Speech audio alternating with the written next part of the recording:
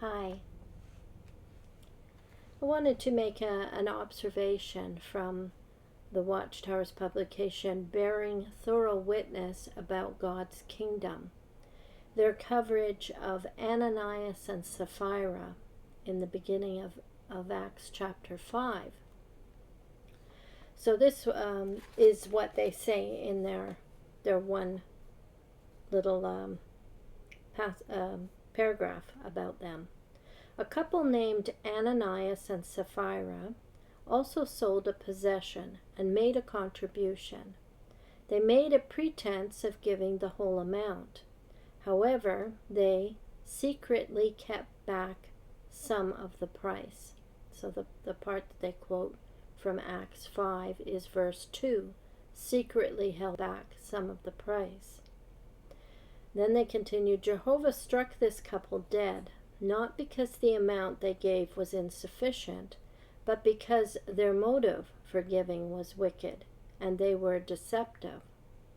They, and then again quoting Acts chapter 5, verse 4, they played false, not to men, but to God.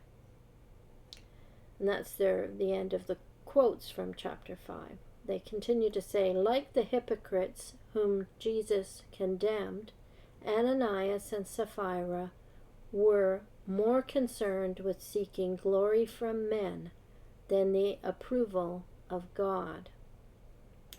So first observation is the limited amount of quoting here. So they're quoting a phrase from verse 2 and a phrase from verse 4. So what does the whole passage actually say, and why do they leave out some of the other verses? So I'm going to read not from the New World Translation, but from the, I think this is the New King James Version. Chapter 5, verses 1 to 11. We'll start with just 1 to 4, the part that they reference. Okay. But the certain man named Ananias with Sapphira, his wife, sold a possession, and he kept back part of the proceeds, his wife, after being aware of it. And he kept back part of the proceeds, his wife also being aware of it, and brought a certain part and laid it at the apostles' feet. But Peter said, Ananias, why has Satan filled your heart to lie to the Holy Spirit and keep back part of the price of the land for yourself? While it remained, was it not your own? And after it was sold, was it not in your own control? Why have you conceived this thing in your heart? You have not lied to men, but to God. So that's the 4 verses. But you'll notice they didn't quote verse 3. So what would be in verse 3 that they wouldn't feel comfortable with? It says, but Peter said, Ananias, why has Satan filled your heart to lie to the Holy Spirit? So I think that's the phrase that they didn't want to quote from, because according to the witnesses, the Holy Spirit is not personal. It's an energy. How do you lie to energy? And also, they do say the part that's in verse 4, you have not lied to men, but to God. But even in a witness mind, if you were to rewrite this, I don't think they would have said God. They would have said Jehovah. Wherever they can put Jehovah in, they try. And that's a point in the next section. So we'll read from verse 5 to 11, still in the New King James.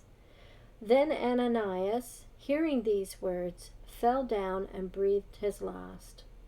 So great fear came upon all those who heard these things, And the young men arose and wrapped him up and carried him out and buried him. Now it was about 3 hours later when his wife came in, not knowing what had happened. And Peter answered her, Tell me whether you sold the land for so much. And she said, Yes, for so much. Then Peter said to her, How is it that you have agreed together to test the Spirit of the Lord? Look, the feet of those who have buried your husband are at the door, and they will carry you out. Then immediately she fell down at his feet and breathed her last. And the young men came in and found her dead, and carried her out, buried her by her husband. So great fear came upon all the church and upon all who heard these things. So the verse that I noticed here was verse 9, where Peter says, How is it that you agreed together to test the Spirit of the Lord? Well, here the New World Translation has taken liberty and translated Lord as Jehovah. So it's just what they feel they have to do, I guess, to get away from the fact that we're talking about testing the Holy Spirit, testing of the Spirit of the Lord. So this would cause a problem, I would think, for a Jehovah's Witness. How do you test and how do you lie to the Holy Spirit? Okay, another point that I thought was of note was the motive they mention of Ananias and Sapphira. This is what they had said. Jehovah struck this couple down not because the amount they gave was insufficient, but because their motive for giving was wicked and they were deceptive. Is the Watchtower organization deceptive? I would have to say they're certainly deceptive about their own history. They have engaged in many cover-ups about their own history, and it's usually only after exposure that they try and tell you things but put a different spin on it. So that was the two things that I just noted in that one paragraph that I wanted to share with you. But I think the point about the Holy Spirit, I hope that actually helps those that are ex-witnesses to understand why Christians come to different conclusions than Jehovah's Witnesses do, and how the changing of the text certainly is guiding you to think a certain way as a Jehovah's Witness. I'm going to link to a video called Is JW Org a Prophet? Review the Record, says Watchtower. So why are Jehovah's Witnesses in the dark about 1799, 1840, 1873, and 1910? This is the first of 3 videos.